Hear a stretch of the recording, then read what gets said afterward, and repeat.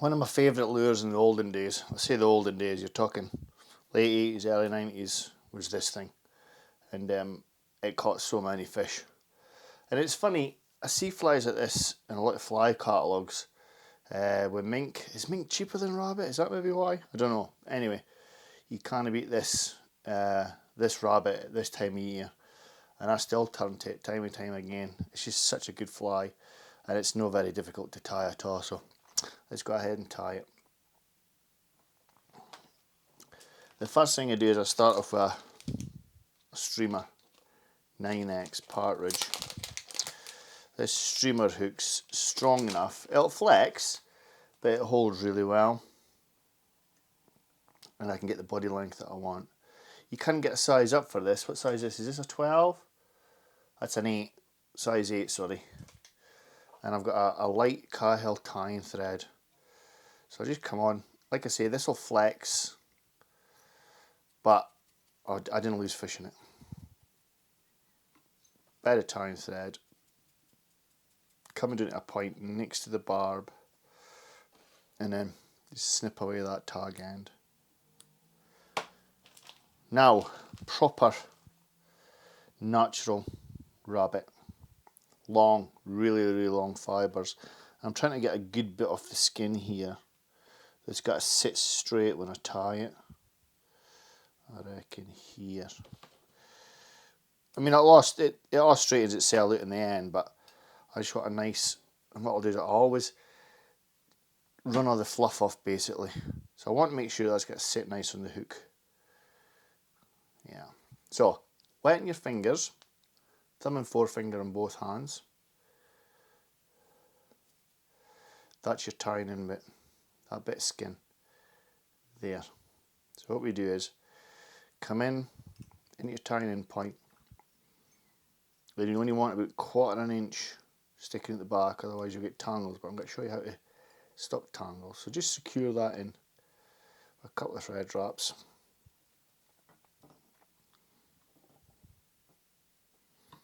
Like so. And then what you do is, to stop this spinning, you can do a bit of super glue, but if you just come in like you would if you were doing a parachute dry fly round the post, that stops that spinning on the hook shank. Nice wee tip there. Now in the olden days I used to just use a white Fritz. However, small crystal hackle pearl is what this is. And this is from my mate Ian Christie at Flybox. That should be enough. You'd be surprised how much goes on that shank. It's quite long, so coming at the head. This should be enough, I'm hoping it is. Right down to the skin. And then stop.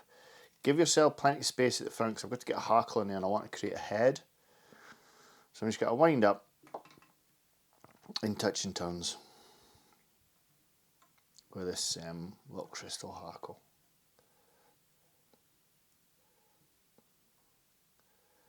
When it gets, when your length of hackle gets short, your working length gets short, if you just put your finger on every time you turn it, it just stops it spinning back. It's as short as that. I'm literally just going to make it, I think, there, and then tie off. You do want a big bulky body on this, hence the small crystal hackle. That's him. Tidy this bit up a little bit. And then I've got just a cheapy Chinese hen. And I want quite a big feather because it's quite a prominent part of the fly. Is this hackle. Take all your flue away. And your flue usually comes up to the thinnest bit of the stem, which helps. And with my hackle pliers. And just stroke all that back. Like so. And tie them in. I've tied them in the wrong bloody way. That side. Silly boy. That's him.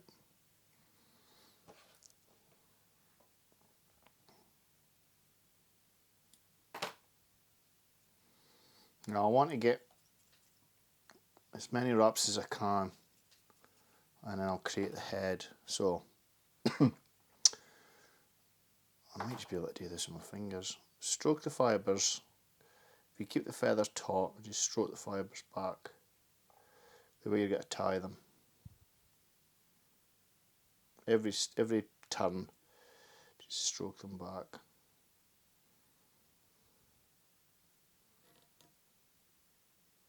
Make sure none's getting trapped, which can happen.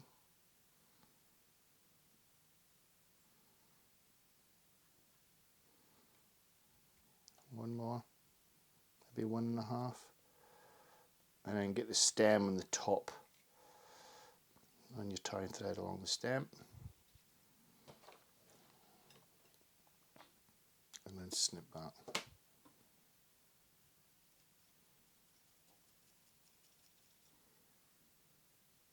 Again, create that taper, and then with your thumb and forefinger, just split. Turn this a second so you can see. Split it so you've got a space at the top of the hook shank,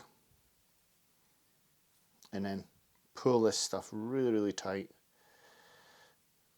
And you want to have a little bit hair on your tying point as well. That's probably enough there. So really tight, pinch and loop, and just see how that's sitting. That's sitting fine. I'm going to come down, I'm going to create a big head. So cut this at an angle, gives you the bit for the head. And then all you've got to do is build up your tying thread to get a head area.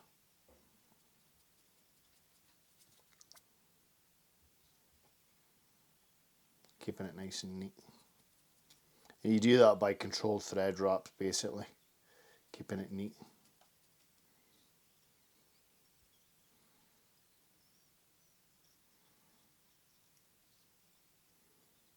That's a bit right there.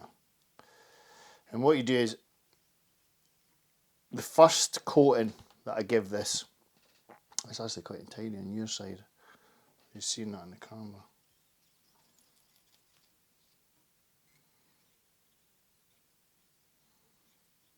It's better. And then just finish.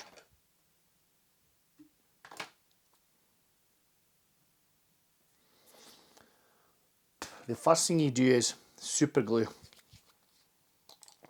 and it just creates a hard coating. And then what you do is, or what I do is, a little bit of Sally Hansen over that. And then finally a little bit of black varnish, and that creates the eyes. Obviously I've not got time to do that, but I'll just quickly show you one that I have done. If I just stick him in there, you get to see. So once everything's hardened, you just get the black varnish, and with just a little toothpick, you just come in, dab the eyes on either side, and then once it's dry, in again with another coat of Sally Hansen.